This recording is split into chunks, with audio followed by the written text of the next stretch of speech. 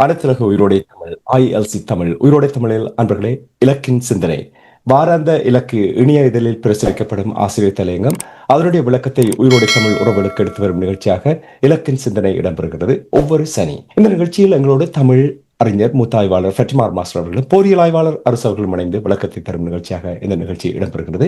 இங்கே கலையத்தில் இருவரும் இணைந்திருக்கின்றார்கள். வணக்கம் மாஸ்டர் அவர்களே. வணக்கம் தனாஜானி. வணக்கம் எருஸ். வணக்கம் அரசு அவர்களே. வணக்கம் தனாஜானி. வணக்கம் மாஸ்டர். இருவருக்கும் வணக்கத்தை தெரிவித்துக் கொண்டு இன்றைய இலக்கின் சிந்தனையில் ஆசிரியர் தலையங்கம் ஈழத்தமிழர் இளமை மீளுறுதி செய்யப்படாத வரை மனித உரிமைகள் ஆணையகத்தால் எதுவும் செய்ய இயலாது. இதுதான் இன்றைய தலையங்கம். மாஸ்டர் கூறுங்கள். இந்த வாரம் மிக முக்கியமான வாரமாக இருக்கிறது.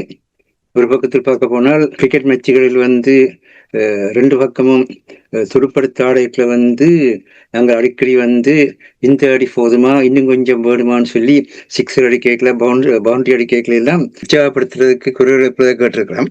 அதுமாரி இப்போ பார்த்தால் மனித உயிர்களை பற்றி அக்கறை இல்லாமல் அரசாங்கங்கள் ஏவுகணைகளாலும் நவீன போராயுதங்களாலும் எல்லாமே செயற்கை நுண்ணறிவு தன்மை கொண்டவை. அவைகளிடம் போரிடுகின்ற காட்சியை நாங்கள் இஸ்ரேல் ஈரான் போரில் பார்க்கிறோம். அதுவும் குறிப்பாக இஸ்ரேல் இந்த சில வேளையில் சொஃப்ட்பால் போட்டு சரியான ஸ்ட்ராங்கான சரியான பலமான துடுப்படுத்த வீரராக இருந்தால் மென்பந்து போட தொடங்கின உடனே முதல்ல ஒரு 2 முறைக்கு அந்த மென்பந்தை தடுத்து அந்த மென்பந்திர போக்கு அவதானிப்பாரு. அதுக்கு பிறகு பார்த்தால் எல்லா பக்கத்தாலும் ஒன்றில் சிக்ஸில் பவுண்டரி போய் கொண்டே இருக்கும். அந்த பந்து வீச்சாளர் நிப்பாட்டு மட்டும் ஒரே கிரிக்கெட் மைதானம் பரபரப்பாக இருக்கிறத பார்த்துருக்கோம். அது மாதிரி தான் இப்ப இஸ்ரேல் தேவையில்லாமல் ஈரானோட போற தொடங்கி போட்டு இப்ப இல்லாமல் விழுங்கவும் இல்லாமல் தவித்துக் கொண்டிருக்கிறது. ட்ரம்ப் கூட மெதுவாக இஸ்ரேல கைவிற நிலையில் இருக்கிறார் என்ற பேச்சு கூட வெளிவருகிறது. இந்த அவர் எந்த பக்கத்துல மழை பெய்யுதோ அந்த பக்கத்துக்கு ஓடிடுவார். அதான் அவருடைய இயல்பான அரசியலாக இருக்கிறது. இதுதான் எங்களுக்கான ஒரு பாடமாக இருக்க வேணும். என்னன்னு சொன்னால் கல்லரசிகளையும் மேலாண்மைகளையும் நம்பி பாத யாத்திரைகள் செய்து கொண்டிருப்பவர்களுக்கு அந்த பாத யாத்திரைகள் என்றைக்குமே முடிவில்லாமல் போய்கொண்டிருக்கும் என்பதை எடுத்துக்காட்டுகின்ற நேரத்தில் இன்றைக்கு அனைத்துலக யோகா நாள் கொண்டாடப்பட்டு கொண்டிருக்கின்றது. அது குறிப்பாக முல்லைத்தீவில் இன்றைக்கு இந்து கலாச்சார அமைச்சினால மிக பிரமாண்டமான முறையில யோகா சான்றிதழ்களை மாணவர்களுக்கு கொடுக்கிற நிகழ்ச்சியாக இன்றைய காலையில நடந்து கொண்டிருப்பதாக அங்கிருந்து கிடைக்கின்ற செய்திகள் தெரிவிக்கின்றன. இந்த யோகா தமிழர்களுடையது என்பதை நாங்கள் மறந்து விடுகின்றோம். குறிப்பாக தென்கிழக்காசிய நாடுகளுக்கும் சீனாவுக்கும் இடையிலான எங்களுடைய தொன்மையான தொடர்புகளை எடுத்து நோக்கின்ற பொழுது இந்த யோகா மற்றும் வர்ம கலைகள் தமிழகத்தில் இருந்து அவை அந்த நாடுகளுக்கு பெறவின என்கின்ற ஆய்வுகள் இப்பொழுது அதிக அளவிலே வெளிவருகின்ற ஒரு காலமாக கூட இருக்கின்றது. இந்த நிலையில் யோகா என்பது கலந்து வாழுதல் அல்லது சேர்ந்து வாழுதல், ஒன்றாகி வாழ்தல் என்பதை தான் குறிக்கும். அது வெறுமனே உடலோடு சம்பந்தமான ஒன்றல்ல, மூச்சு காற்றுடன் நாங்கள் எவ்விதமாக கலந்து வாழ்வது என்ற பின்னணியில் தான் பிராணாயாமம் சொல்கின்ற அந்த மூச்சு பயிற்சியை உள்ளடக்கின அந்த யோக முறை அமைகின்றது. ஆகவே இந்த இடத்திலே உடலை பலப்படுத்துவதற்கு மட்டும் யோகா அல்ல, உள்ளங்கள் கலந்து புரிந்துணர்வு கூடாக ஒருத்தர் ஏற்று வாழ்வதற்கான அந்த மன வலிமையை ஏற்படுத்துவதற்கும் யோகா முக்கியம் என்பதை நாங்கள் கவனத்தில் எடுத்துக்கொண்டு அந்த வகையிலே நாங்கள் எங்களுடைய பாரம்பரிய கலைகள் எங்களுடையதாக இல்லாமல் கூத்து முதல் யோகா வரை எல்லாமே தமிழருடைய பாரம்பரிய கலைகளாக இருந்தாலும் கூட அவைகள் என்று அது இந்திய கலைகள் என்ற பெயர்லேயோ அல்லது சீன கலைகள் என்ற பெயர்லேயோ அல்லது ஜப்பானிய கலைகள் என்ற பெயர்லேயோ அவைகள் உலகிலே பெருவிளக்காக இருக்கின்ற ஒரு நிலை இருக்கின்றது. ஆகவே இவை குறித்த ஆய்வுகளும் இவை குறித்த தேடல்களும் தேவை என்பதையும் கூறிக்கொண்டு இந்த ஈழத்தமிழர் இறமை முழுறு செய்யப்படாத வரை மனித உரிமை ஆணையத்தால் எதுவும் செய்ய இயலாது என்ற இந்த ஆசிய தலையங்கம் இந்த மாத எதிர்வரும் வாரங்களுக்கான கருத்தியலாக முன்வைக்கப்படுகிறது. என்ன சொன்னால் எல்லோருக்கும் தெரியும், ஐக்கிய நாடு சபையினுடைய மனித உரிமைகள் ஆணையர் வந்து 2016ஆம் ஆண்டுக்கு பிறகு இம்முறை ஸ்ரீலங்காக்கான அவருடைய பயணத்தை இந்த மாத கடைசி வாரத்தில் நிகழ்த்தலாம் என்று எதிர்பார்க்கப்படுகிறது. இருந்த பொழுதிலும் கூட சிலவள வந்து இஸ்ரேல் ஈரான் யுத்த நிலைகள் அதனை மாற்றிவிடுமோ என்கின்ற ஒரு கேள்விக்குறி கூட இருக்கின்றது. இந்த நிலையில் வந்து பிரித்தானியாவினுடைய தூதுவர் மதிப்புக்குரிய ஆண்ட்ரூ பேட்ரிக் அவர்கள் ஜூன் 18 யாழ்ப்பாணத்துக்கு சென்று ஒரு மிகப்பெரிய ஒரு மாற்றத்தை ஏற்படுத்தியிருக்கிறார். அதாவது அவர் அங்கு சென்று மக்களை சந்தித்திருக்கின்றார், சிவில் அமைப்புகளை சந்தித்திருக்கின்றார். இந்த வலிந்து காணாமலாக ஆக்கப்பட்டவருடைய கிட்டிய குடும்ப உறுப்பினர்களுடைய சங்கத்தின் உறுப்பினர்களை சந்தித்திருக்கின்றார். இளையவர்களை புதிய தொழில்முறைகளில் புதிய சிந்தனைகள் இருப்பவர்கள் சந்தித்திருக்கின்றார். இதன் மூலமாக பிரித்தானிய தூதுவர் ஈழத்தமிழர்களுக்கு ஒரு மிகப்பெரிய ஒரு முன்மாதிரியை வெளிப்படுத்தி இருக்கின்றார். எவ்விதமாக ஒரு தேச நிர்மாணத்தை, நேஷன் பில்டிங் ப்ரோசஸ் சொல்லி அரசியல் மொழியிலே கூறுவார்கள். அந்த தேச நிர்மாணத்தை எவ்விதம் செய்வது என்பதை மதிப்புக்குரிய ஆண்ட்ரூ பேட்ரிக் அவர்கள் வெளிப்படுத்தி இருப்பதற்கு முதலில் அவருக்கு எங்களுடைய நன்றியை தெரிவிக்க வேண்டியதாக இருக்கின்றோம். என்றால் அவர் வந்து யாழ்ப்பாணத்தில் தமிழரசு கட்சியினுடைய பதில் பொதுச் செயலாளர் சுமந்திரனை சந்தித்த பொழுது பிரித்தானிய தூதுவரின் முக்கியமான செய்தியாக இருந்தது என்னவென்று சொன்னால், இந்த செப்டம்பர் மாதத்தில் இடம்பெற இருக்கின்ற மனித உரிமைகள் அமர்வில், ஐக்கிய நாடு சபையுடைய அமர்வில் பிரித்தானியா மத்திய அனுசரணை வழங்குகிற நாடுகளுடன் இணைந்து எவ்வாறாக புதிய திட்டமொன்றை சமர்ப்பிக்க வேண்டும் என்பது பற்றி ஆராய்வதற்கு அவர் சொல்லியிருக்க. இது குறித்து இப்பொழுதிருந்தே நாங்கள் செயற்பட வேண்டும். ஆன காரணத்தினால்தான் நான் வந்து இப்பொழுது இங்கு வந்திருப்பதற்கு காரணம், இப்பொழுதிருந்தே நேரடியாக என்ன மாதிரியாக எல்லாம் இருக்கின்றது என்பதை அவதானித்துக் கொண்டு சென்றால்தான் அவரால் வந்து உண்மையான ஒரு அறிக்கை ஒன்றை தாக்கல் செய்யக்கூடியதாக இருக்கும். ஆகவே இது வந்து கூட்டம் தொடங்குவதற்கு 2 நாளைக்கு முதல் பெட்டி கட்டி கொண்டு அங்கு போய் ஈழத்தமிழருடைய மனித உரிமை பிரச்சனைகளை பேசுபவர்களுக்கும், அதை விடுத்து முதலே அங்கு போவதற்கு 4-5 மாதங்களுக்கு முதலே நாங்கள் அப்படி செய்யப்படுவோம் இப்படி செய்யப்படுவோம் என்று ஊடகங்களுக்கு வந்து தாங்கள் செய்ய இருப்பவற்றை கூறி அவற்றுக்கான எதிர்விளைவுகளை ஈழத்தமிழின பகமை அரசாங்கங்கள் செய்யக்கூடிய வசதிகளை ஏற்படுத்தி போட்டு அங்கு சென்று தங்களுடைய கோரிக்கைகளை முன்வைப்பவர்களுக்கும் ஒரு சரியான பாடமாக இருக்கின்றது. விதமாக வந்து மக்களிடத்திலே போய் மக்களிடம் கலந்தாலோசித்து மக்களுடைய நிலையை அறிந்து அந்த மக்களுடைய நிலையை பார்ப்பதன் மூலம் அங்கு வந்து எந்த அளவு தூரத்துக்கு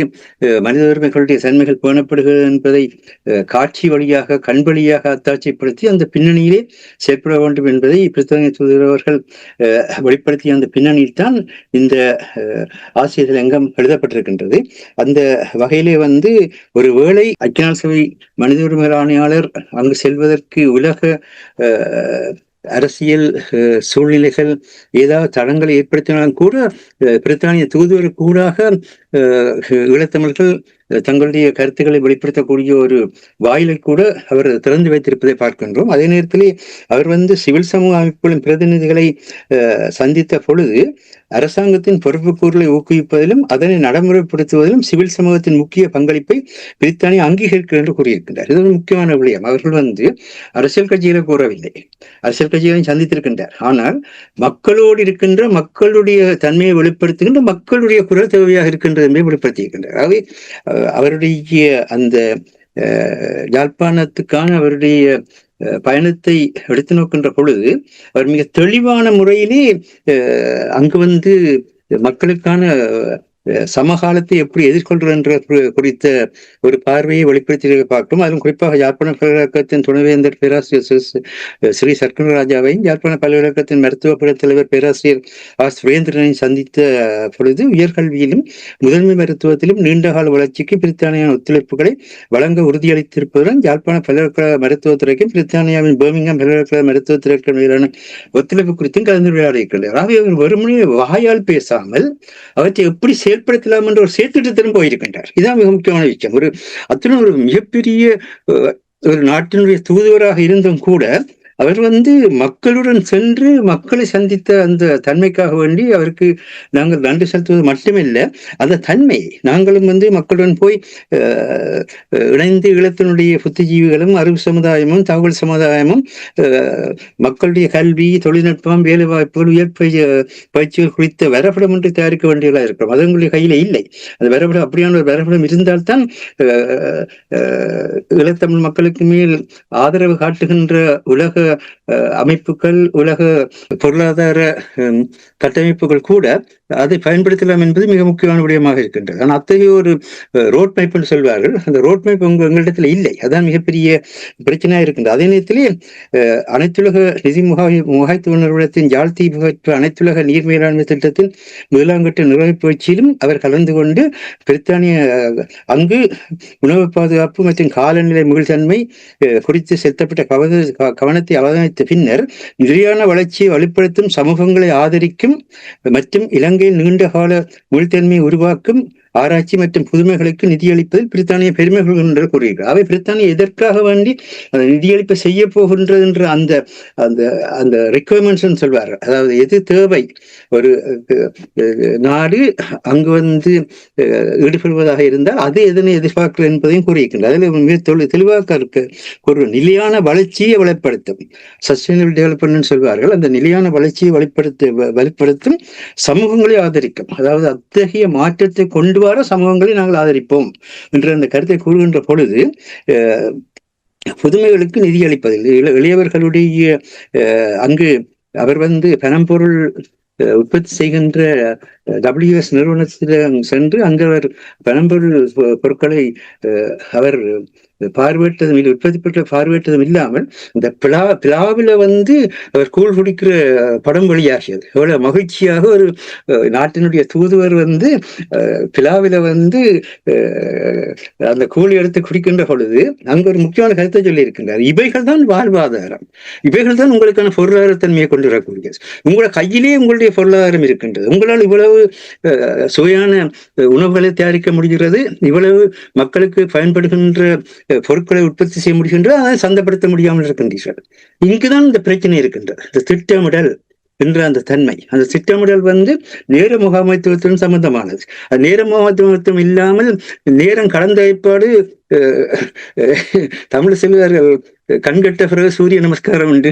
அது மாதிரியாக எல்லாமே அரங்கேறிய பிறகு இப்பொழுது ஸ்ரீலங்காவுடைய பிரதமர் ஹரணி அவர்கள் நாங்கள் நிச்சயமாக தமிழ் மக்களுக்கு ஒரு தீர்வை கொடுப்போம் என்று சொல்லியிருக்கின்றார். கொடுக்கிறாரோ கொடுக்கவில்லையோ அவர் அந்த தீர்வு கொடுக்கப்பட வேண்டும் என்ற அந்த கருத்தியல் இந்த அரசியலுக்கு முக்கியமானது என்பதை வெளிப்படுத்தி இருக்கின்றார். ஆனால் எங்களை பொறுத்த மட்டில் ஈழத்தமிழுடைய இறமை மீளுறுதி செய்யப்பட்டால்தான் எந்த விடயமும் நடக்கும். இந்த மண் எங்களின் சொந்த மண் என்பதுதான் ஈழத்தமிழுடைய உரிமை. நாங்கள் பிரிவினை கோரவும் இல்லை, நாங்கள் பயங்கரவாதத்தை வெளிப்படுத்தவும் இல்லை, நாங்கள் அங்கிருக்கின்ற சிங்கள மக்களையோ அல்லது மலையக மக்களையோ அல்லது முஸ்லிம் மக்களையோ எதிர்த்து நிற்கின்ற ஒரு சமூகம் அல்ல. நாங்கள் எங்களுடைய மண்ணிலே வரலாற்றுக்கு முற்பட்ட காலத்திலிருந்து தொன்மையின் தொடர்ச்சியுமான இறமையுடன் வாழ்ந்த ஒரு மண்ணிலே எங்களுடைய வாழ்வை நாங்கள் பேணிக்கொண்டு, எங்களுடைய வாழ்வை பேணாமல் நாங்கள் எதுவுமே செய்ய முடியாது. எங்களுடைய வாழ்வை பேணிக்கொண்டு அந்த உறுதியின் அடிப்படை, அதாவது உறுதியின் உறைவிடம் சொல்வார்கள். நான் இதை செய்ய வேண்டுமோ அதை தெளிவாக செய்வதுதான் உறுதியின் உறைவிடமாகின்ற தன்மை. அந்த உறுதியின் உறைவிடமாக என்னை மாற்றிக்கொண்டு அந்த தளத்திலே நாங்கள் சிங்கள மக்களுக்கும் சரி, முஸ்லிம் மக்களுக்கும் சரி, மலைய மக்களுக்கும் சரி, அவர்களுடைய பிரச்சனைகளை தோல் கொடுப்பதற்கு ஆயத்தமாக இருக்கின்றோம் என்பதுதான் அடிப்படையான தமிழர்களுடைய தன்மையாக இருக்கின்றது. அதுதான் இலங்கையினுடைய வரலாறு கூட எடுத்துக் கூறுகின்றது. எல்லோருடைய மற்றைய இனங்களுடைய தேச நிர்மாணத்திலேயும் ஈழத்தமிழர்கள் பங்கு பெற்றி இருக்கின்றார்கள். இது வரலாற்று பூர்வமான உண்மை. ஆகவே இந்த உண்மையின் அடிப்படையில் நாங்கள் ஜோகா நாளில் கூட நாங்கள் ஒன்றுபடுதல் கலத்தலை பற்றி பேசிக் கொண்டிருக்கிறோம். அதுக்கேற்ற வகையிலே எங்களுடைய உடலுக்கான பயிற்சியை கொடுக்கின்ற தன்மை கூட பேசிக் கொண்டிருக்கிறோம். ஆனால் இந்த இலங்கை தீவினுடைய தொன்மையின் தொடர்ச்சியுமான இறமையை கொண்டிருக்கிற ஈழ மக்கள், அங்கிருக்கின்ற சிங்கள மக்கள், அங்கிருக்கின்ற மலையக மக்கள், அங்கிருக்கின்ற முஸ்லிம் மக்களுக்கு எங்களால் ஆனதை நாங்கள் செய்வதாக இருந்தால் எங்களை நீங்கள் ஏற்றுக்கொள்ளுங்கள், எங்களுடைய உண்மை நிலையில் ஏற்றுக்கொள்ளுங்கள். ஸ்ரீலங்காவுடைய பிரதமருக்கு நாங்கள் கூறுவது என்னவென்றால், நீங்கள் ஈழத்தமிழுடைய பிரச்சனைக்கான தீர்வை கொண்டு வர வேண்டும் என்று உண்மையாகவே இதய சுத்தியுடன் அந்த வார்த்தை உச்சரிப்பீர்களாக இருந்தால் ஈழத்தமிழர்களுடைய அரசிருந்த பிரதேசமாக வடக்கு கிழக்கு பிரதேசம் இருக்கிறது. ஆகவே அந்த அந்த இறைமைத்தன்மையை நீங்கள் ஏற்றுக்கொள்கின்ற பொழுதுதான் இலங்கையில் ஈழத்தமிழர்களுக்கான வரலாற்று தாயகம் இருக்கின்றது, சிங்கள மக்களுக்கான ஆட்சி அமைப்பும் இருக்கின்றது, இல்லை என்று யாருமே சொல்லவில்லை. ஆக இரண்டு தேசிய இனங்களும் அந்த உண்மையை ஏற்றுக்கொண்டு அந்த வரலாற்று அடிப்படையிலே நாங்கள் மற்ற இனங்களுக்கான தேவைகளையும் சந்தேகங்களையும் அறிந்து அதை தீர்ப்பதன் மூலமாக தான் இந்த பிரச்சனையை தீர்க்கலாம் என்பதை மையப்படுத்தித்தான் இதனை கூறுகின்றோம். ஏனென்றால் ஈழத்தமிழருடைய இறைமையை ஸ்ரீலங்கா அரசாங்கமும் அனைத்து நாடுகளும் ஏற்கும் வரை ஐக்கிய நாடுகள் மனித உரிமை ஆணைக்குழுவால் தலையிடவே முடியாது. இஸ்ரேல் என்ன செய்கிறது? இது என்னுடைய இறைமை உள்ள பகுதி, நான் எதுவும் செய்வேன் என்று கூறுகிறது. இதைத்தான் அங்கு ஸ்ரீலங்கா செய்து காட்டி உலகுக்கு இந்த பிரச்சனையை தொடக்கி வைத்தது. இப்ப இஸ்ரேல் நடந்து கொண்டிருக்கிற எல்லாத்தையும் எடுத்து பார்த்தீர்களா இருந்தால் அதுக்கு ரோமரலாக அமைந்த தாக்குதல் முள்ளிவாய்க்கால் மேல் 2009 ஸ்ரீலங்கா நடத்திய தாக்குதல் என்பதும் அது அங்கு கையாண்ட அத்தனை முறைமைகளையும் அத்தனை இன அழிப்பு, இனத்துடைப்பு, பண்பாட்டு இன அழிப்பையும் இஸ்ரேல் செய்து கொண்டிருக்கிறது. இஸ்ரேல் இந்த நேரத்தில் கூட அங்கிருக்கின்ற மக்களுடைய 30 இந்த உள்ளூர் கடைகளை நேற்றைக்கு தகர்த்தெறிந்திருக்கின்றார். அவர்களுடைய வர்த்தகத்தை உடைக்கின்றார். அதான் அந்த கடைகளை தகர்த்ததுக்காக இந்த கஷ்டத்துக்கு மத்தியிலும் சிறிய சிறிய அளவில் நடத்தி கொண்டிருந்த அந்த வர்த்தகத்தை கூட உடைக்கின்றார்கள். வைத்தியசாலையில் இருக்கின்ற இதைத்தான் எங்களுக்கு செய்தார்கள். இவற்றை எங்களுக்கு வகை தொகையின்றி மக்களை அழித்துவிட்டு அது தேசிய பாதுகாப்புக்கு சொன்னார்கள். இன்றைக்கு இஸ்ரேலும் அதே தான் சொல்லுகின்றது. ஆகவே இந்த நாடகம் இப்பொழுது அமெரிக்கா உட்பட மேற்குள்ள நாடுகள் எல்லாம் சொல்கின்றன, இஸ்ரேலுக்கு தன்னை பாதுகாக்கிற உரிமை இருக்கிறது. இதே சொல்லை ஏன் நீங்கள் ஈழத்தமிழர்களுக்கு அவர்களுடைய மண்ணையும் அவர்களுடைய வாழையும் பாதுகாக்கின்ற உரிமை இருக்கிறது என்று சொல்ல முடியாமல் இருக்கின்றீர்கள்? இதுதான் கேள்வி. இதுக்கு நீங்கள் இந்தியாவுக்கு அனுசரணையாக இதை சொல்ல முடியாமல் இருக்கிறது. இந்தியா ஏன் அத்தகைய ஒரு நிலைப்பாட்டை எடுத்திருக்கின்றது என்று இந்தியாவால் கூற முடியுமா? இந்த வகையில் ஈழத்தமிழர்களுடைய நாளாந்த வாழ்வும் வளர்ச்சிகளும் உலக பாதுகாப்புக்கும் உலகத்தினுடைய பொருளாதார முறைமைக்கும் எந்த வகையில் ஏதாவது இடையூறு செய்கின்றன? எதுவுமே இல்லை. அந்த மக்கள் தங்களுடைய பிரதேசத்தில் தங்களுடைய வாழ்வை கட்டமைக்கிற பற்றி தான் பேசுகின்றார்கள். இஸ்ரேலுக்கு ஒரு நியாயம், ஸ்ரீலங்காவுக்கு ஒரு நியாயமாக இருக்க வேண்டாம் என்பதை தான் நாங்கள் வலியுறுத்தோம். எங்களில் இருக்கிற போல ஏன்னு சொன்னால் காசாவிலே இன்றைக்கும் அந்த மக்கள் இவ்வளவு துன்பத்துக்கு மத்தியிலும் அவர்கள் உறுதியாக இது எங்களுடைய மண், எங்களுடைய இறைமை உள்ள பிரதேசம் என்று உறுதியாக வெளிப்படுத்துகிறார்கள். இன்றைக்கு ஈரானிலே இன்றைய காலையில் பார்த்தீர்களா என்றால் இஸ்ரேலில் கொல்லப்பட்ட அவர்களுடைய தளபதிகளுடைய நல்லடக்கம் காட்சியை பார்க்கின்ற பொழுது அந்த நல்லடக்க பெட்டி கூட அப்படியே ஈரானிய தேசிய கொடியாகவே மாற்றப்பட்டிருக்கின்றது. அதாவது அவர்கள் தேசமாக மாறிவிட்டால் என்ற அந்த கருத்தை முன்வைத்து மக்கள் பெருந்தொழிலாக எந்தவித வான் தாக்கல் நடந்து கொண்டிருக்கிற நேரம், வீட்டு தாக்கல் நடந்துகிட்டு அவ்வளவு மக்களுக்கும் பிரச்சனை வரும் என்ற ஒரு நேரம், அந்த நேரத்திலும் கூட மக்கள் பெருந்தொழிலாக கலந்து கொண்டார்கள். தங்களுடைய உறுதியை தாங்கள் வெளிப்படுத்தினார்கள். ஆனால் எங்களை பொறுத்த மட்டில் அது யாருக்கோ நடக்கிற பிரச்சனை, யாரோ செய்கின்றார் என்ற ஒரு மனநிலையில் ஒவ்வொருவரும் தங்கள் குடும்பங்களையும் தங்கள் நலன்களையும் பாதுகாக்கின்ற ஒரு தொன்மையிலும் ஒவ்வொருவரும் தங்கள் பதவிகளை உறுதிப்படுத்த தன்மையிலும் செயல்படுத்துகிறதான் ஐக்கிய நாடு சபையால் கூட தலையிட முடியாமல் இருக்கின்ற என்பதை தான் இந்த இடத்திலே சுட்டிக்காட்டுகின்றோம். எனக்கு இந்த விடயத்தை நீங்கள் கூறும் பொழுது நான் தமிழர்களை பொறுத்த மட்டும் அடிக்கடி இந்த விடயத்தை கூற வேண்டும். அதாவது தமிழர்களுக்கும் அவருடைய இறைமை இருக்கிறது, அந்த மக்களை பாதுகாப்பும் உரிமை அவர்களுக்கு இருக்கின்றது, இஸ்ரேலுக்கு மட்டும்தானா இருக்கின்றது. தொடர்ச்சியாக தமிழர் தரப்பில் இருப்பவர்கள் எல்லோரும் இதை தொடர்ந்து கூறி வரும் பொழுதுதான் அந்த உணர்கின்ற தன்மை வரும். ஏன்னா நீங்கள் பிரித்தானிய தூதுவர் அன்று பேட்ரிக் தொடர்பாக கூறும் பொழுது நிறைவாக இருந்தது என்றால் மாஸ்டர், நாங்கள் இங்கே சும்மா இருந்து உளறிக் கொண்டிருக்கவில்லை என்று. இது எவ்வளவு காலமாக கூறிக்கொண்டு ஒரு ஃப்ரேம் ஒர்க் இருக்க வேண்டும், ஒரு மெக்கானிசம் இருக்க வேண்டும், ரோட் மேப் இருக்க வேண்டும், வேலை திட்டம் இருக்க வேண்டும், வழி வரவு இருக்க வேண்டும். இவற்றை நாங்கள் கூறிக்கொண்டு வருவதற்கு காரணம் இதுதான். மிகவும் சிறப்பாக இருக்கின்றது. அவர் அங்கு போய் துணிவாக ஆளுநரை சந்திச்சு இந்த 5946 ஏக்கர் தனியார் நிலத்துல அதை கையகப்படுத்துறதுக்கு ஸ்ரீலங்கா செய்யற முயற்சிகளையும் அதே மாதிரி தையிட்டி திசை விகார பிரச்சனையையும் செம்மணி மனித புதைக்குழி அகழ்வு போன்ற பிரச்சனையும் கூட நேரடியாக கேட்டிருக்கின்றார். எவ்வளவு நேரடியாக பிரச்சனைகளை சந்திக்கின்றார். தான் இன்னொரு நாட்டு தூதுவர்களை பற்றி கதைக்க வேண்டும் என்ற அந்த கருத்தை சொல்லிக் கொண்டு மற்றவர்கள் ஓடி விடுவார்கள். இது இந்த பிரச்சனைகள் மாறாவிட்டால் அந்த நாட்டுக்கும் இந்த மக்களுக்கும் தொடர்பு அன்பான பாசமான தொடர்பாக மாறமாட்டோம் என்பவருக்கு தெரியும். இது நாங்கள் செய்கின்றோம். அன்றைக்கு செம்மணி புதைவெளி பிரச்சனையை பற்றி இன்றைக்கு இருக்கிற அரசியல் தலைவர்கள் எத்தனை பேர் இன்றைக்கு அனைத்துலக படுத்திக் கொண்டிருக்கின்றீர்கள். ஒரு மூலையில் இருக்கின்றீர்கள். எங்கேயோ நடந்து கொண்டிருக்கிறது பிரச்சனை. இப்ப பத்திரிகைகள் 2 செய்தி வருகின்றது. இருந்தபோது எப்பயோ சரி இந்த கருவேப்பிலை போட்ட மாதிரி 2 வசனம் சொல்லுவீங்க. அவ்வளவுதான் நடந்து கொண்டிருக்கே தவிர அதை மையப்படுத்தி எதுவுமே செய்யாத நிலையில் இருக்கின்றீர்கள். இதுதான் அங்கே இருக்கின்ற பிரச்சனையாக இருக்கின்றது. நன்றி மாஸ்டர். அரசுடைய மிகவும் சிறப்பாக எங்களுக்கு வழிகாட்டி இருக்கிறார்கள். உயிரோடை தமிழரும் நாங்கள் இந்த விடயங்களை பேசியிருந்தாலும் ஒரே அலைவரிசையில் பயணிக்கின்றோம் என்பதை உறுதிப்படுத்துகின்ற இந்த நேரத்தில் அன்று பேட்ரிக் அவர்கள் வழிகாட்டி இருக்கின்றார். மிகவும் சிறப்பாக எனக்கு பிடித்த விடயம் என்னவென்றால் மக்களை சந்தித்திருக்கின்றார், குடிசார் அமைப்புகளை சந்தித்திருக்கின்றார், காணாமல் ஆக்கப்பட்டவர்களை சந்தித்திருக்கிறார். களத்தில் மக்களுடைய நிலைமைகளை அறிந்தால்தான் நீங்கள் ஒரு திட்டத்தை உருவாக்கி என்ன அவர்களுடைய விருப்பத்தை அறிந்து அதனூடாக பயணிக்கலாம். என்னுடைய கேள்வி என்னவென்றால் உங்களிடம், அன்று பேட்ரிக் அவர்கள் இவ்வாறு இந்த விடயங்களை வந்து கூறி இப்படியான ஒரு விடயத்தை வெளிப்படுத்துவதற்கு என்ன காரணம்? நீங்கள் நான் இன்னொரு நிகழ்ச்சி நான் உங்களோடு உரையாடும் பொழுது கூறினீர்கள், ஐக்கிய நாடுகள் சபை மனித உரிமை இந்த கூட்டம் வரும் பொழுது அதற்கு அரசாங்கம் சில திட்டங்களை முன்வைக்கின்றது. ஒரு நாடு ஒரு தேசம் எல்லாம் இலங்கையர்கள் என்ற விதத்தில் அவர்கள் செயல்படுத்துவதற்காக சில திட்டங்களை போடுகிறார்கள்.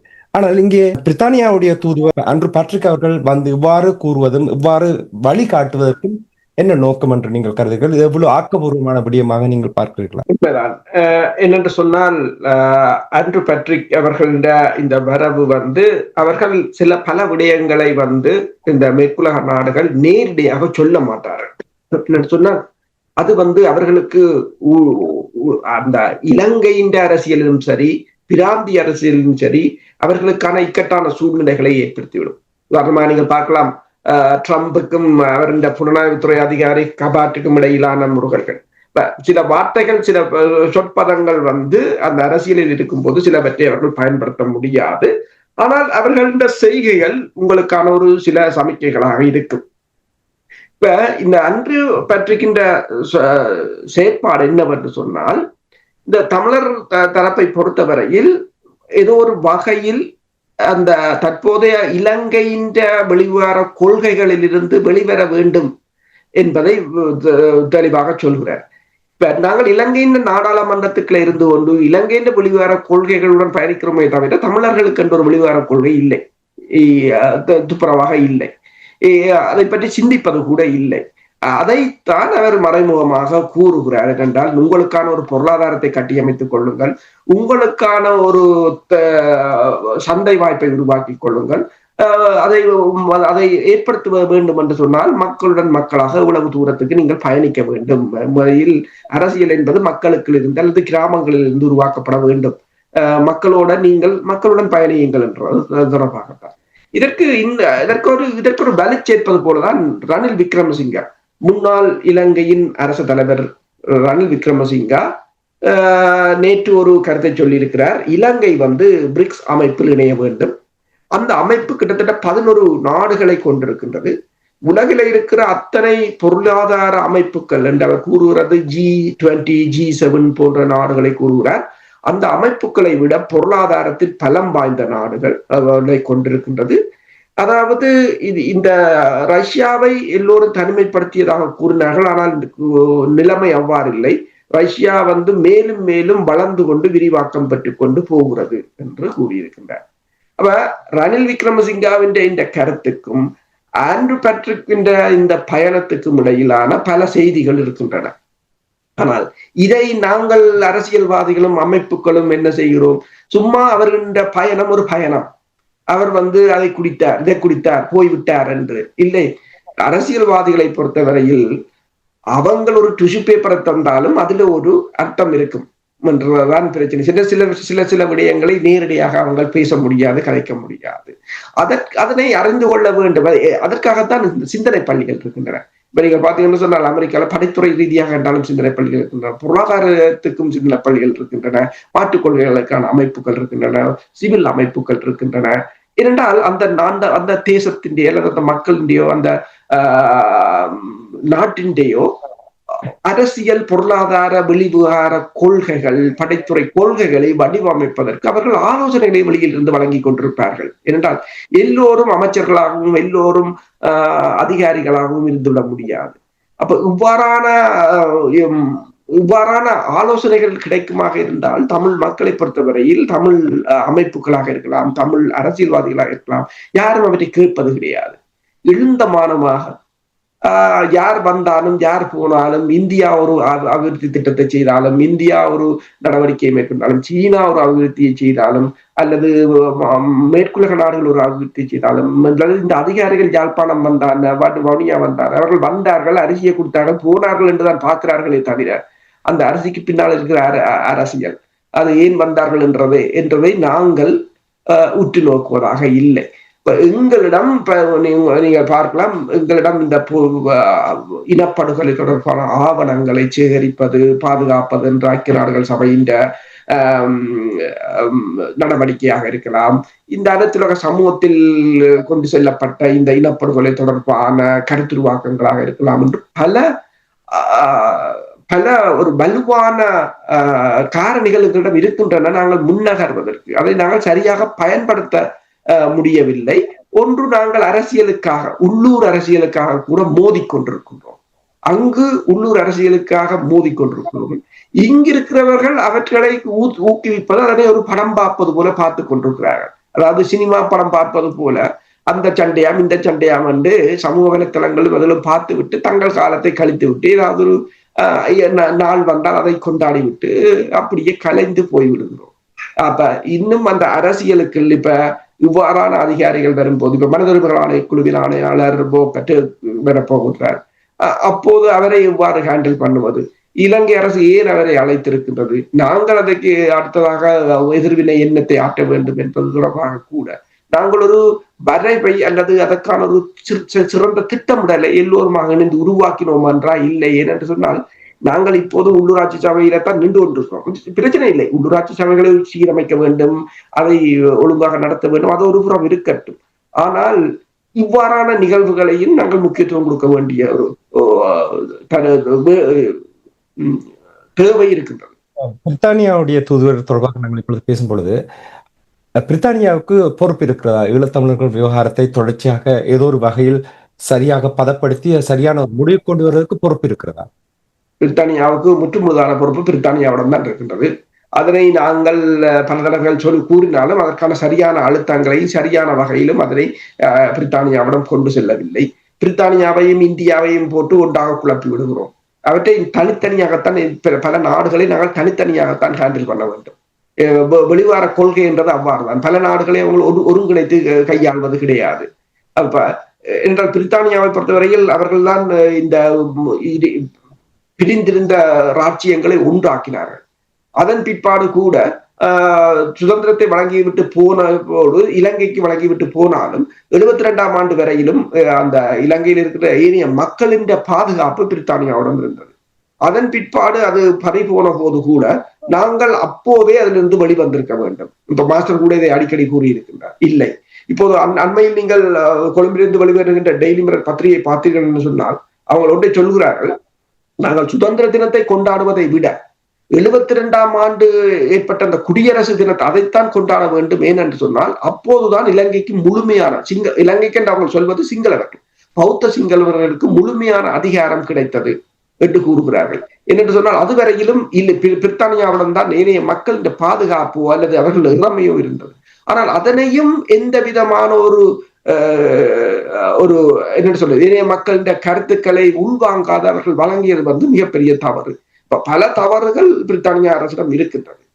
அதை நாங்கள் கொண்டு செல்ல வேண்டியதை பொறுப்பு எங்களிடம் இருக்கிறது. அதை எவ்வாறு கொண்டு செல்கின்றோம், அதை எவ்வாறு அவர்கள் முன்வைக்கின்றோம், அதை எவ்வாறு உலகத்துக்கு முன்வைக்கின்றோம் என்பதில் தான் அடுத்த நகர்வு தாங்க இருக்கும். நன்றி அரசர்களே. மாஸ்டர் உங்களிடம் வருகின்றேன். நீங்கள் ஆரம்பத்தில் கூறினீர்கள் பிரித்தானிய தூதுவர் முன்மாதிரியாக செயல்பட்டிருக்கிறார்கள் நீங்கள் கூறினீர்கள். அவர் ஒரு செயல் வடிவத்தை காட்டியிருக்கிறார், செயல் திட்டத்தை காட்டியிருக்கிறார் என்று நீங்கள் கூறும் பொழுது, இப்பொழுது அரசு அவர்கள் கூறினார் அவர்கள் மறைமுகமாகத்தான் செய்திகளை கூறுவார்கள், வெளிப்படையாக நேரடியாக கூற மாட்டார்கள். இது எவ்வளவு முக்கியமான ஒரு விடயமாக நீங்கள் பார்க்கிறீர்கள். இப்ப பூகோள அரசியலில் மாற்றங்கள் வந்து கொண்டிருக்கிற நேரத்தில் நிலைமைகள் தொடர்ச்சியாக ஒரே மாதிரி இருக்க போவதில்லை. இப்ப கூறுகிறார்கள் ஈரான் இஸ்ரேலுக்கு இடையிலான நடைபெறுகின்ற இந்த போர் முடிவடைந்த பின்பு உலக ஒழுங்கில் பாரிய மாற்றத்தை எதிர்பார்க்க என்று கூறுகிறார்கள்.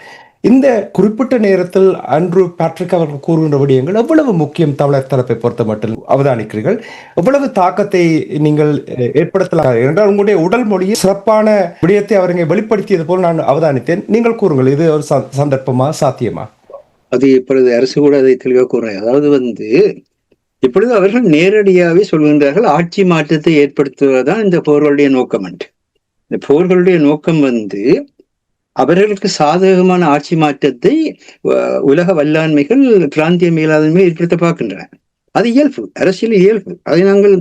அதை நாங்கள் சவாலாய் கொண்டு நிற்க முடியாது. இப்பொழுது பார்த்தீர்களா இருந்தால் சீனா தனக்கான ஆட்சி மாற்றத்தை ஏற்படுத்தக்கூடிய முறையிலே டில்பின் சில்வாவையும் 29 பேரையும் சீன கம்யூனிஸ்ட் கட்சி சீனாவுக்கு அழைத்து சீனாவுடைய ஒவ்வொரு கிராமங்களுக்கும் அவர்களை அனுப்பி அந்த கிராமங்கள் எப்படி பொருளாதார பலத்தை பேணுகின்றன, அந்த பொருளாதாரம் எப்படி சீனாவுடைய மத்திய பொருளாதார பலத்தில் இணைக்கப்படுகிறது, என்ன மாதிரியாக சமூகங்கள் அங்கே அந்த ஒரு நாடு ஒரு ஆட்சி ஒரு சட்டம் என்பதற்கு கீழே செயற்படுகின்றது என்பதை பயிற்சிப்படுத்தி இருக்கிறார். உண்மையிலே சீனா தனக்கான ஒரு ஆட்சி அதிகார மாற்றத்தை அங்கு ஏற்படுத்துவாங்க. அவர்கள் அம்பாந்தோட்டையில கட்நாயக்காவில் கட்டியது போல இன்னொரு சர்வதேச கருத்தாடல் மண்டபத்தை கூட கட்டுகின்றார்கள். அங்கு எல்லா விதமான பொருளாதார கட்டமைப்புகளையும் சீனா தனக்கான பொருளாதார கட்டமைப்பை உருவாக்கி கொண்டிருக்கிறது. அவை சீனா அந்த நாட்டினுடைய கூட்டாண்மையிலும் பங்காண்மையிலும் இருக்கின்றது. அப்ப அவர்கள் அங்கு மாசியதனுடைய முக்கியமான தத்துவம் என்ன? கிராமத்துக்கு போங்கள். அதை இப்பொழுது இவர்களுக்கு சில்வாவை அழைத்து அதன் வழியாக 29 பேருக்கும் பயிற்சி கொடுத்து அனுப்பியிருக்கார். இந்த சூழலில் தான் பிரித்தானிய தூதுவர் இலங்கையை போயிருக்கிறார். இதான் அந்த சர்வதேச முறைமை. சீனா தனக்கான முறையிலே அங்கு ஒரு ஆட்சி அதிகார மாற்றத்தை நிலப்படுத்துவதற்கு பார்க்கின்ற பொழுது பிரித்தானியா தனக்கான முறையிலே தன்னுடைய மக்கள் என்ன இருந்தாலும் கூட நாங்கள் கிட்டத்தட்ட 180 வருஷத்துக்கு மேலாக ஆளப்பட்ட மக்கள், அவர்களுடைய கல்வி முறை அவர்களுடைய பொருளாதார முறை பின்னணியில எங்களுடைய வாழ்க்கையை மாறுபட்டு என்பது உலக இருந்த விடயம். ஆகவே இப்பொழுது அரசு கூறிய மாதிரி அங்குதான் அந்த பொறுப்பு இருக்கிறது. அதில் நாங்கள் தான் தவறு செய்தோம். ஏனென்றால் 1969ஆம் ஆண்டு கோடீஸ்வரன் வழக்கிலே பிரித்தானிய பிரிவு கவுன்சில் சிங்கள மட்டின் சட்டத்தை மீள பெற வேண்டும், சிங்கள மட்டின் சட்டத்தை மீள பெற்று திரும்பவும் சோல்பரி அரசியலமைப்பிற்கு அமைய வேறு சட்டங்களை கொண்டு வர வேண்டும் என்று கூறியது மட்டுமில்லாமல் கோடீஸ்வரனுக்கு முழு வழக்கு தொகையுடன் அவரை வேலை நீக்கம் செய்திருந்த அவ்வளவு காலத்துக்குமான அந்த நஷ்டஈட்டு தொகையும் கொடுத்து திரும்பவும் வேலை கொடுக்கும்படி கூறினார்கள். அப்ப பிரித்தானியா நேரடியாக தலையிடாமல் இருக்கவில்லை. குயின் எலிசபெத் நேரடியாக தலையிட்டார் அந்த தீர்ப்பை அனுமதித்ததன் மூலம். ஆனால் அதை சிங்கள அரசாங்கம் ஏற்றுக்கொள்ளாத பொழுது அப்பொழுது இருந்த தமிழ் தலைவர்கள் யார் அதை சர்வதேசமயப்படுத்தினார்கள், யார் பிரித்தானியாவுக்கு எதிராக இது செய்யப்படுவதை ஒழிய ஈழத்தமிழருக்கு எதிராக செய்யப்படவில்லை. பிரித்தானியாவினுடைய நீதிமன்றத்தினுடைய கட்டளையை ஸ்ரீலங்கா என்ற ஒரு கட்டமைப்பை கொண்டு மீறுவதற்கான ஏற்பாடு செய்தார்கள்.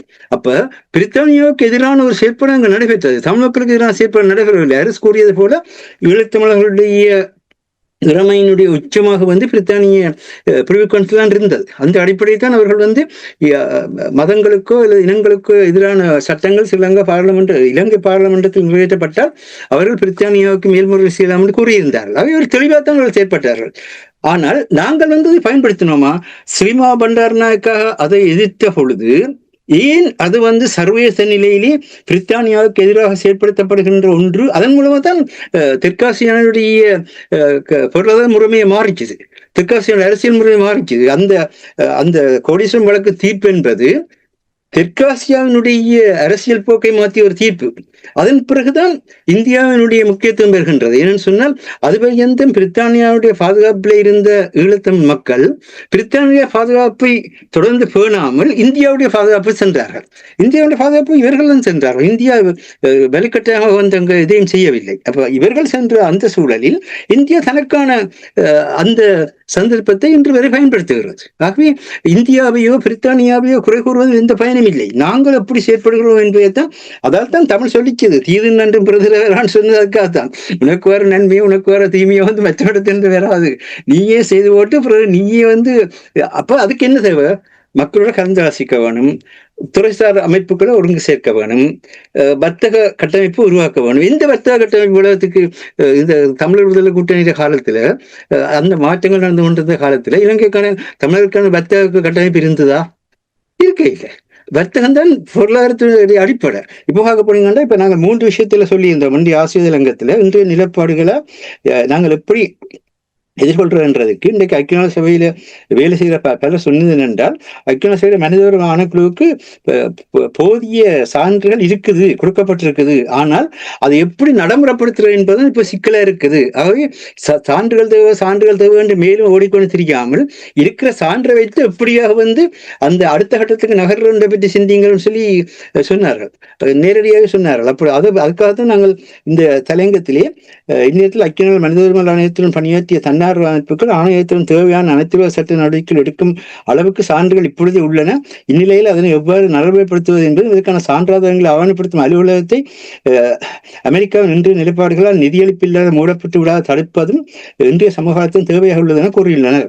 இதை கவனத்தில் கொள்ள வேண்டிய விடயம். இதற்கு 2 விடயங்களில் ஈழத்தமிழர் தெளிவாகவும் ஒருங்கிணைந்தும் விரைவாக செயற்படலாம். ஒன்று, ஈழத்தமிழர்கள் தாங்கள் இறமையுள்ள மக்கள் என்பதை எண்ணத்திலும் சொல்லிலும் செயலிலும் மாறாத உறுதியுடன் வெளிப்படுத்தல் முக்கியம். இதைத்தான் சுமந்திரன் இல்லா செய்து கொண்டிருக்கின்றார். சுமந்திரன் வந்து இன்றைக்கு இருக்கின்ற அரசுக்குள் நாங்கள் எதையும் பெறலாம் என்ற ஒரு தன்மையை வெளிப்படுத்திக் கொண்டிருக்கின்றாரே தவிர, இன்றைக்கு இருக்கிற அரசு வந்து ஈழத்தமிழர்களுடைய இறமையை ஏற்றுக்கொள்ளாத அரசு என்பதை கூறுகிறார்கள் இல்லை. அதனால் தான் இப்போ அவர்கள் தங்களுக்கு இருக்கிற ஆங்கில புலமை, தங்களுக்கு இருக்கிற சட்டத்துறை புலமை, தாங்கள் ஏற்படுத்திக் கொண்டிருக்கிற சர்வதேச தொடர்பாளர் வலிமை, இதை வைத்துக் கொண்டு மக்களை பற்றி அக்கறை இல்லாமல் சீவிக்கின்றார்கள். இறமையை பேச வேண்டியோ இறமையை பேசுகிறார்கள் இல்லை. அதனால தான் பிரச்சனை வருகின்றது. மக்கள் பேசுகின்றார்கள். இன்றைக்கு தெருவில் நின்று நீங்க பாத்தீங்கன்னா சாதாரண மக்கள் படைகளை கூட அஞ்சாமல் நேரடியாக இதேண்ட மண் இதேண்ட கடல் நீ என்ன இங்க வாரா என்று கேட்கிறாங்களா? கேட்க இல்லையா? மக்கள் கேட்கிறார்கள். தங்களுடைய உயிர் போனாலும் அஞ்சாமல் கேட்கிறார்கள். ஆனால் அதை முன்னெடுப்பதற்கு இந்த படித்த மேலெழுந்த இந்த படித்தர் குலத்தை ஜனநாயகம் என்பது செயற்படுவதில்லை என்பதுதான் பிரச்சனையாக இருக்கின்றது. அது ஒரு விஷயம். அதை மாற்றுவதாக இருந்தால் மக்கள் வந்து அரசியல் தலைவர்கள் குறிப்பாக எண்ணத்திலும் சொல்லிலும் செயலிலும் தாங்கள் இறமை உள்ள மக்களுடைய பிரதிநிதிகள் என்பதை வெளிப்படுத்திக் கொண்டிருக்காங்க. அதை அவர்கள் செய்யாவிட்டால் செய்ய முடியாது. இந்த தேர்ந்தெடுக்கப்பட்ட பிரதிநிதிகளை விடுத்து மற்ற பிரதிநிதிகளை சந்திப்பது என்பது கொஞ்சம் கஷ்டமான விடயம். அது உலக வளமையாக இருக்கின்றது. அப்ப அது ஒரு பக்கம் இருக்க, அடுத்தது என்னன்னு சொன்னால், ஈழத்தமிழ் மனித உரிமை புரிவாக்க நிதியம் ஒன்று உருவாக்கப்பட்டாலே உலகின் குடிகளாக உள்ள ஈழத்தமிழர்கள் தங்கள் நிதியுதவிகளை ஒருங்கிணைத்து நிதியின்றி தடைப்படக்கூடிய மனித உரிமைகள் பாதுகாப்பான அமைதியப்படும் செயற்திட்டங்கள் தொடர்ந்து இயங்க வச்சுக்க வேண்டும். அப்போ உலகத்துக்கு இப்ப இந்த பாத்தீங்கன்னா ஒரு பிரச்சனைன்னு சொன்னால், அரபு மக்கள் ஒன்று சேர்ந்து தங்களுக்கு தேவையான அந்த நிதியை சேர்த்து அப்படி செயற்படுறவர்களுக்கு தொடர்ந்து செயற்படுவதற்கு உதவி செய்கின்றார்கள். ஆனால் நாங்கள் ஈழத்தமிழர்கள் உலகம் முழுக்க இருந்தும் இன்றைக்கு மனித உரிமை இந்த தொகுப்பு அலுவலகம் வந்து வேலை செய்ய முடியாத நிலை வரைக்குள்ள உதவி செய்ய முடியாத நிலையில இருக்கிறோம். ஆனால் உதவி செய்யக்கூடிய வலிமை இருக்குது. ஆனால் நாங்கள் செய்ய முடியாத நிலையில் இருக்கிறோம். இதுதான் அங்க இருக்கிற பிரச்சனை. அதே மாதிரியாக இன்னொன்று என்னண்டா, இவை ரெண்டிலும் ஈழத்தமிழர்கள் தாயகத்திலும் உலகிலும் எந்த அளவுக்கு ஒருங்கிணைந்து செயற்படுகிறார்கள் அந்த அளவுக்கு ஈழத்தமிழர் மனித உரிமைகள் பாதுகாப்பு பெறும் என்பதே இலக்கின் உறுதியான கருத்து. மேலும் ஈழத்தமிழர் பாதுகாப்பான அமைதி வாழ்வுக்கான மனித உரிமைகள் பாதுகாப்பு பேரவை ஈழத்தமிழர்கள் உலகளாவிய நிலையில் அனைத்து ஈழத்தமிழர் மனித உரிமைகள் மற்றும் ஈழத்தமிழர் பாதுகாப்பு அமைதிக்கான செயற்பாட்டாளர்கள் அனைவரையும் இணைத்து நிறுவப்பட்டால் மட்டுமே சரியானது சரியான நேரத்தில் சரியான முறையில் உலகில் முன்வைக்க இயலும். எங்களுக்கான ஒரு ஹியூமன் ரைட்ஸ் ப்ரொடெக்ஷன் கவுன்சில் ஏதாவது ஒன்று இருக்கா? ஈழத்தமிழர்களுடைய மனித உரிமைகளை பாதுகாக்கிற கவுன்சில் என்று ஏதாவது ஒன்று இருக்கா? ஜசீர் அரபாத்துக்கு அது ஒரு பெண் உலகம் முழுவதுக்கும் எடுத்து சென்று செய்ததன் விளைவாகத்தான் பலஸ்தீனம் தன்மைகள் உலகத்துக்கு வெளிப்படுத்தப்பட்டது. ஒரு பெண் தனியாக நின்று செய்தார் அதை.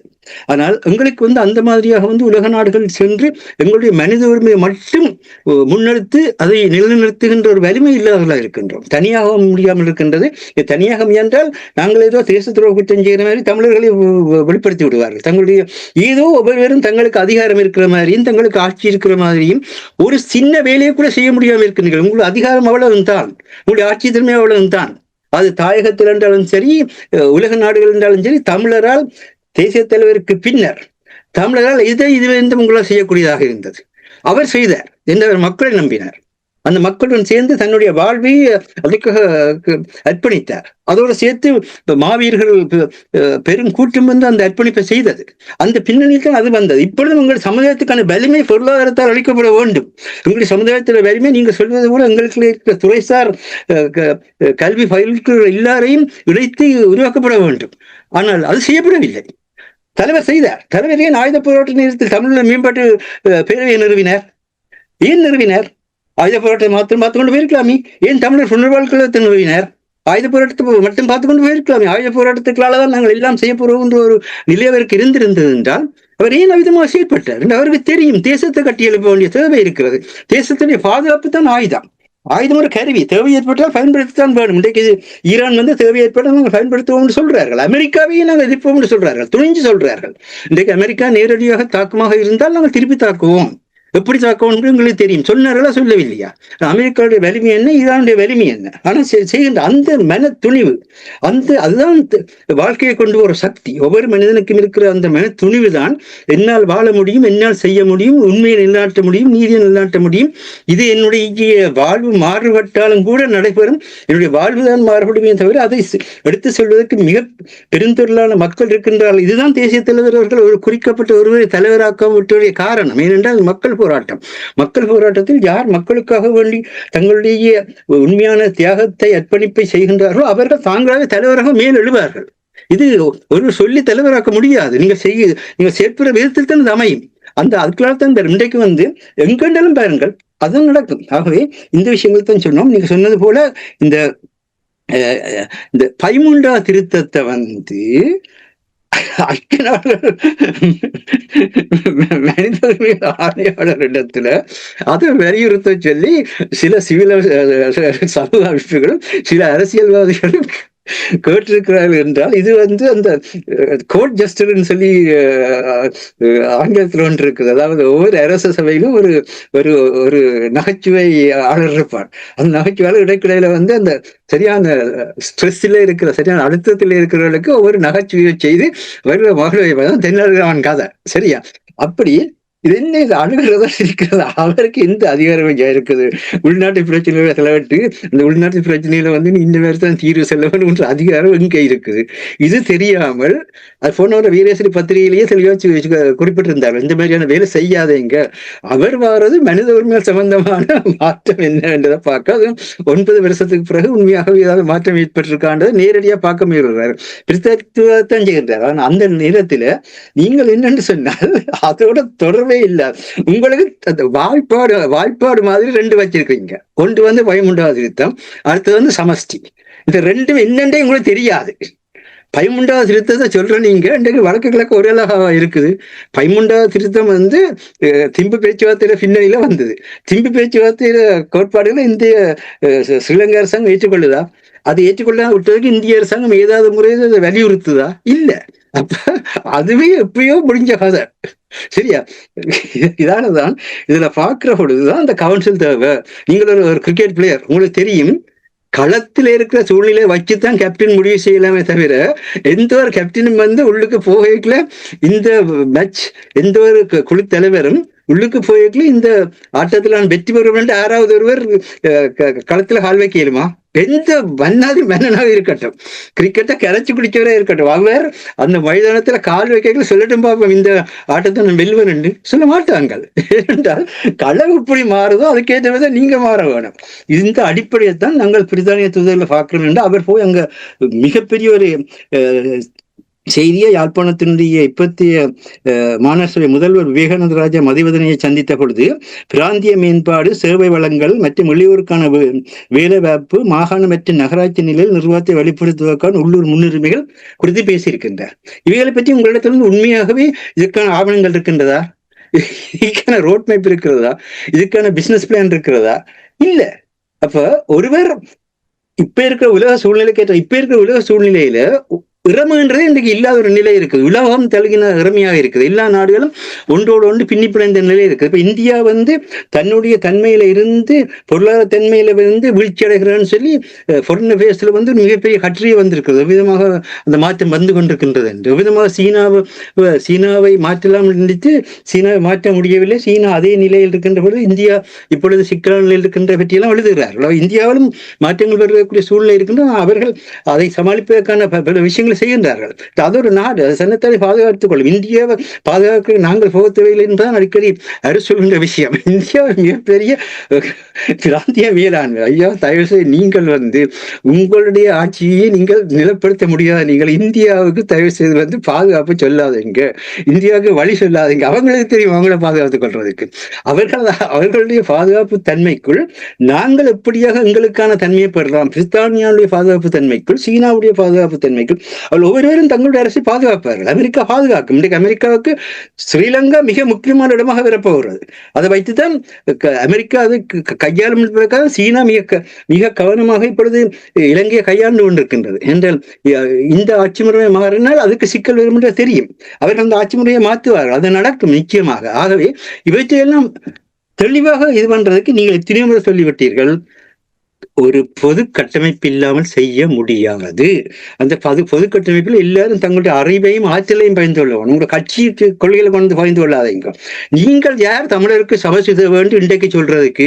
அது எப்பயோ நடந்து முடிஞ்ச விஷயம், தமிழர்களை நிராகரிச்ச விஷயம். அதை நீங்கள் திருப்பி கொண்டு வர மக்களிடத்துல போய் ஒரு ஒரு குடியப்பத்தை வைங்க பார்ப்போம். உங்களுக்கு சமஷ்டி வேணுமா வேணாமா என்று மக்கள் என்ன சொல்றது பார்ப்போம். செய்ய மாட்டீங்க. மக்களோட நீங்களாக ஒரு கருத்து கணிப்பை செய்து பாருங்க, செய்ய மாட்டீங்க. உங்களுக்கு தெரியும் மக்கள் நிராகரித்த ஒரு விஷயத்தை தூக்கி கொண்டு வர முடியும். தயவு செய்து பழைய திராட்சை பழைய சித்தைகளில் புதிய திராட்சை ரசத்தை வார்க்க வேண்டாம் என்பது ஜேசுனார் சொன்ன விஷயம்.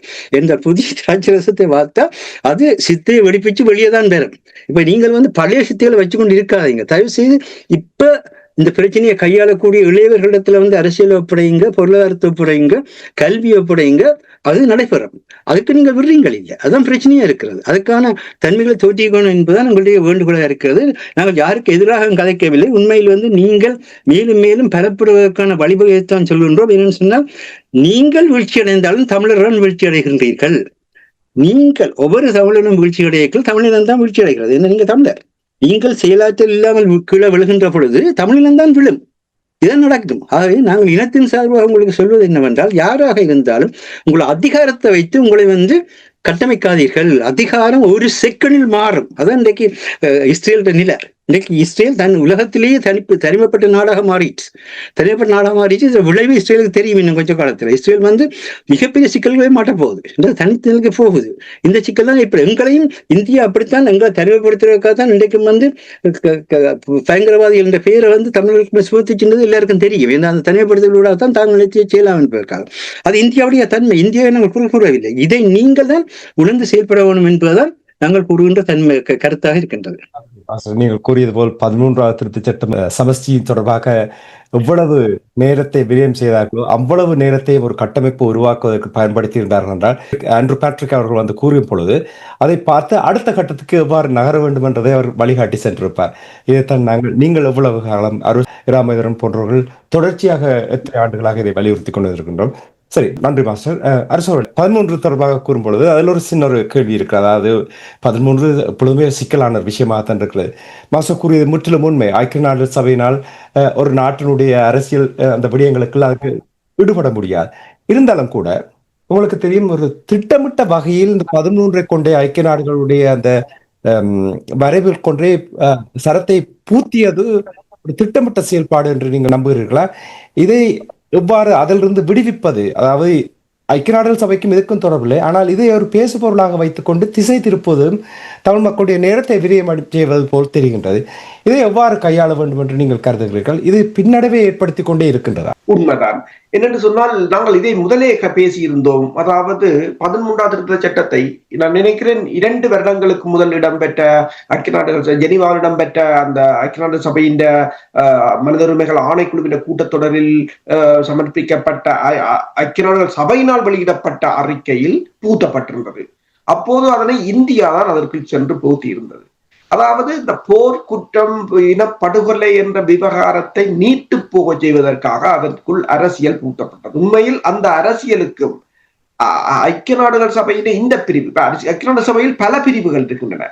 அணுசக்தி பிரிவு, சிறுவர்களுக்கான அமைப்பு, புனர்வாழ்வு அமைப்பு பல இருக்கின்றன. ஆனால் அது வேறு அமைப்பு. ஆனால் இந்த ஐக்கிய நாடுகள் சபை மனித உரிமைகள் அமைப்பு என்பது ஒரு நாட்டின் மனித உரிமைகள் எவ்வாறு பேணப்படுகின்றன, அந்த நாட்டில் மக்கள் எவ்வாறு பாதிக்கப்பட்டிருக்கிறார்கள், அது தொடர்பான கருத்துக்கள் தான், அது தொடர்பான நடவடிக்கை தான் அவர்கள் மேற்கொள்வார்களே தவிர அவர்களுக்கும் அரசியலுக்கும் எந்த தொடர்பும் இல்லை. அரசியல் அங்கு புகுத்தப்படுகிறது என்று சொன்னால் அவர்களின் உண்மையான செயற்பாடுகளை மழுங்கடிக்க போகிறார்கள் என்பதுதான் அதன் அர்த்தம். ஏனென்றால் அவர்களால் செய்ய முடியாத ஒன்றை அதற்குள் புகுத்தி அதை தமிழ் மக்களுக்கு ஒரு ஆசை வார்த்தை மாதிரி அவரை காட்டி அதை இவர்களின் கவனத்தை சிதறடிக்க செய்து உண்மையானதை மறைக்கப் போகிறார்கள் என்பதற்காக திட்டமிட்டு பூத்தப்பட்டது. மாஸ்டர் கூறியது முற்றிலும் உண்மை. அதாவது அங்கு வருகின்ற டேக்கருக்கு 13 பற்றி சொல்ல வேண்டும். எனவே இப்போதைக்கு இந்த போர்க்குற்றங்கள் அல்லது மனித உரிமைகள், காணாமல் போன விவகாரம், இதுகளை பேசாதீர்கள் என்ற ஒரு தடையை மெதுவாக இலங்கை அரசு, இந்திய அரசுகளின் துணையுடன் சிலர் பரப்பிக் கொண்டு இருப்பதாகத்தான் தெரிகின்றது. இது ஒரு மிகப்பெரிய ஒரு நாச வேலை என்றுதான் கூறலாம். இப்போ இஸ்ரேலின் உளவு அமைப்பு எவ்வாறு ஈரானுக்குள் புகுந்து 1300 மொசாட்டினர் புகுந்து நாச வேலைகளை செய்தார்களோ அது படைத்துறை ரீதியான நாச வேலை. இது தமிழர்களுக்கு பூத்தப்பட்டது அரசியல் ரீதியான நாச வேலை. ரெண்டுக்கும் வேறுபாடுகள் நீங்கள் பார்க்க முடியாது. உளவு அமைப்பு என்பது அது அரசியலுக்கும் செல்லும், ராஜதந்திர ரீதியாக உடைப்பாங்கள், சைபர் தாக்குதல் மூலமும் உடைப்பாங்கள், படைத்துறை ரீதியாக உடைப்பாங்கள். அது பல விதங்களில் அவங்க வேலை செய்வார்கள். இதையும் நாங்கள் அவ்வாறுதான் பார்க்கலாம். தமிழர்களுக்குள் புகுந்த ஒரு வெளிநாட்டு புலனாய்வுத்துறையின் நடவடிக்கையாகத்தான் பார்க்கலாம். உண்மையில் மனித உரிமைகள் ஆணைக்குழுவின் ஆணையாளரை அவரின் பணியை செய்ய விடுங்கள். ஒவ்வொருத்தருக்கும் ஒரு பணி இருக்கின்றது. அதாவது ஒரு பஸ் டிரைவர் போய் விமானத்தை ஓட்ட முடியாது, அது விமானியால் தான் ஓட்ட முடியும். அவரே ஓட்டட்டும், அதை பிரச்சனை இல்லை. நீங்கள் அவரவர்களுக்கு என்னென்ன பணிகள் விடப்பட்டிருக்கிறதோ அந்த பணிகளை செய்வதற்கு விடுங்கள். அரசியலை முற்றாக அதிலிருந்து அகற்றுங்கள். அரசியலை, அது அரசியல்வாதிகள் இருக்கிறார்கள், அனைத்து சமூகம் இருக்கு, எங்கு அரசியலை நகர்த்த வேண்டுமோ அங்கு அதனை செய்வதற்கு வழியை பாருங்கள். இயலாமை அடுத்தது, அதற்கு பின்னால் செல்பவர்கள் என்ற ஒரு தன்மை என்ன, இயலாமை.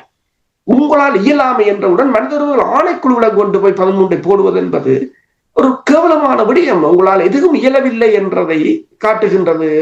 எதுவும் இயலவில்லை என்பதை விட எதிரை அண்டர்ஸ்டாண்ட் பண்ணவும் உங்களால் முடியவில்லை, உங்களால் விளங்க முடியவில்லை என்றால் அதற்குத்தான் வேண்டும் என்று சொல்வது சிந்தனை பள்ளிகள், திங்க் டேங்க் வேண்டும். நீங்கள் இந்த முறையாக உங்கள் அதை கட்டியமைத்துக் கொள்ளுங்கள். இப்ப சீனா இந்திய பாகிஸ்தான் போரில் கூட ஒன்றை நாங்கள் தெளிவாக கூறுகின்றோம். பாகிஸ்தான் எவ்வாறு போரை வென்றது என்று சொன்னார், அல்லது இப்போது ஈரான் எவ்வாறு இந்த இஸ்ரேலை சமாளிக்கிறது என்று சொன்னார், ஒன்று நீங்கள் ஒரு தொழில்நுட்பத்திலேயோ கல்வி அறிவிலேயோ சிறந்தவர்களாக இருக்க வேண்டும். இல்லை என்று சொன்னால் தொழில்நுட்பத்திலேயோ கல்வி அறிவிலோ சிறந்தவர்களை உங்கள் நண்பராக வைத்திருக்க வேண்டும். பாகிஸ்தான் சீனாவை பிடித்துக் கொண்டது. அதே போல ஈரான் இப்போது சீனாவையும் ரஷ்யாவையும் தன்வசம் வைத்திருக்கிறது. புட்டின் நேரடியாக சொல்லியிருக்கிறார். 200 ஆலோசகர்கள் அங்கு நிற்கிறார்கள் ஈரானுக்கு, இன்னும் 400 பேரை அனுப்புவேன் என்றுதான் கூறியிருக்கிறார்.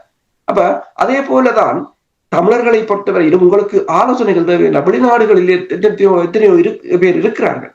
முதலில் படித்துக் கொள்ளுங்கள். ஐக்கிய நாடுகள் சபை என்ன, மனித உரிமைகள் அமைப்பின் பணி என்ன, அவர்கள் என்னத்தை செய்யலாம், நாங்கள் அவர்களுக்கால் என்ன செய்யலாம், ஐக்கிய நாடு சபைகளால் என்ன செய்யலாம், ICC என்றால் என்ன, இதனை தெளிவாக அறிந்தால் நாங்கள் அடுத்தது என்ன செய்ய வேண்டும் என்றதை யோசிக்கலாம். அரசு கூறுவது லேபர் கட்சியை இங்கு கூறியிருக்கு. அதாவது நாங்கள் ஐக்கிய நாடு சபைக்கு பிரித்தானியாவில் இருக்கிற ஈழத்தமிழ் மக்கள் அங்கு ஒரு இனஅழிப்பு நடந்த என்ற கருத்தோடு இருக்கிறார்கள் என்று எடுத்துச் செல்வதற்கு ஆயத்தமாக இருக்கிறோம். அவர்கள் மறுக்க இல்லை. ஆனால் உங்களுக்கு பாதுகாப்பு சபையில் எந்த ஆதரவும் இல்லாமல் இருக்கிறது. இது அங்கு கொண்டு போவதால எந்த பலனும் ஏற்படாது கூறியிருக்காங்க. அவர்கள் என்ன சொல்லியிருக்கிறார்கள், பாதுகாப்பு சபையில் உங்களுக்கான ஆதரவை பெறுங்கள் என்பதை அதாவது அரசு சொன்னது. இதை நேரடியாக சொல்ல முடியாது.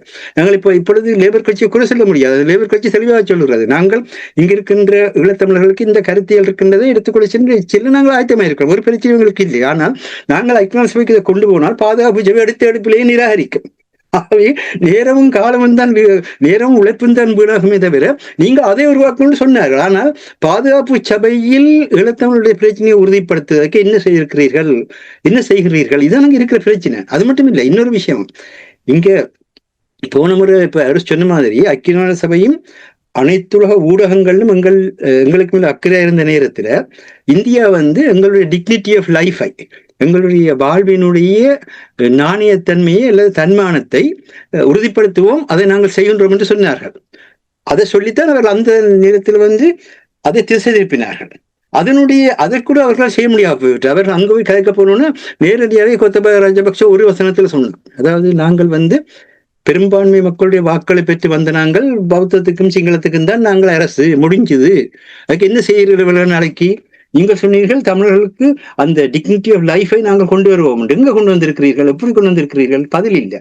அப்ப இப்பொழுது என்ன நடக்குன்னு சொன்னால் எங்கட ஈழத்தமிழர்களுக்கு அவர்கள் நான் சொன்ன 2 தான் தெரியும், அது 2 வாயளவு தான் தெரியும். 1 13வது அடுத்த சமஷ்டி, இதைத்தான் 48ஆம் ஆண்டுல இருந்து சமஷ்டியை கத்திக் கொண்டிருக்கிறார்கள், 49ஆம் ஆண்டுல இருந்து சமஷ்டியை கழிச்சு கொண்டிருக்கிறார்கள்.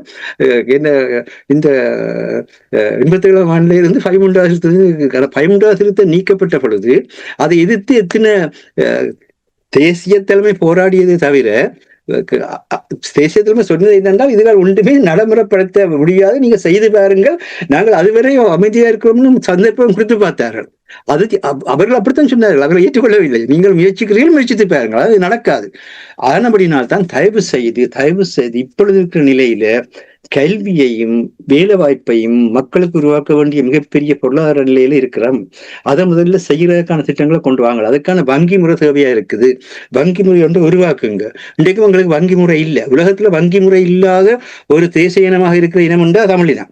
மற்றவனுக்கு எல்லாம் வங்கி இருக்குது, எல்லாருக்கும் இருக்கு வங்கி. வங்கி இல்லாத சொல்ல மாட்டீங்க. எங்களுக்கு இவ்வளவு பெரிய சக்தி படைத்து நாங்கள் சொல்லுவோம், ஒரு வங்கியை கொண்டு அங்க வாப்போம் வேலுமெண்டா, அது முடியாமல் இருக்கிறது. கேர்னல் கிட்டி அவர்கள் இங்க வந்திருந்த பொழுது முதலாவது சொன்ன விஷயமே அது, தயவு செய்து வங்கியை தொடங்குங்கள்.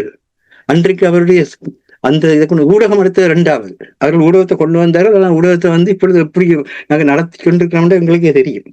சரியா? அதனால ஊடகம் மக்களுடைய குரலாக இல்லாமல், சரியா, மக்களுக்காக குரல் கொடுக்கிறோம் என்பவர்களுடைய குரலாக இருக்கே தவிர அவர்கள் குரல் கொடுக்கிறார்களா குரல் கொடுக்கவில்லை என்று மக்களுக்கு தான் தெரியும். அந்த நிலையில் தான் இருக்கிறது. நன்றி மாஸ்டர்.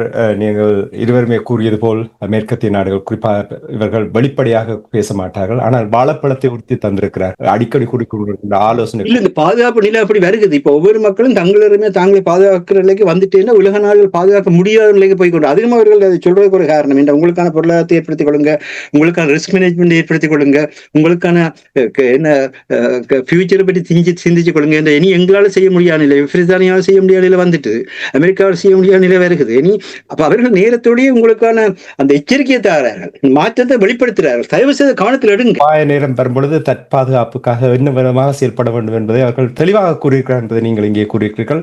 இருவருக்கும் நன்றி கூறிக்கொண்டு தமிழ் அறிஞர் மூத்தாய்வாளர் ஃபட்டிமா மாஸ்டர் அவர்களுக்கும் போரியல் ஆய்வாளர் அரசு அவர்களுக்கும் நன்றி கூறிக்கொண்டு இதுவரை நேர்மும் நிகழ்ச்சியில் மிகவும் சிறப்பான கருத்துக்களை இங்கே பதிவு செய்ததற்காக நன்றி கூறி தனாஞானி இந்த நிகழ்ச்சியை நிறைவு கொண்டு வருகிறேன். நன்றி வணக்கம் மாஸ்டர். நன்றி வணக்கம் அரசு அவர்களே. நன்றி வணக்கம். நன்றி வணக்கம்.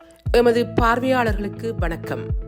மக்களின் குரலாய் ஓங்கி ஒலிக்கும் இலக்கு மின்னிதழ் மற்றும் உயிரோடை தமிழ் வானொலி ஆகிய இவ்விரு ஊடகங்களும் உங்களைப் போன்ற எமது நேயர்கள் நண்பர்களின் ஆதரவிலேயே இயங்கி வருகின்றன.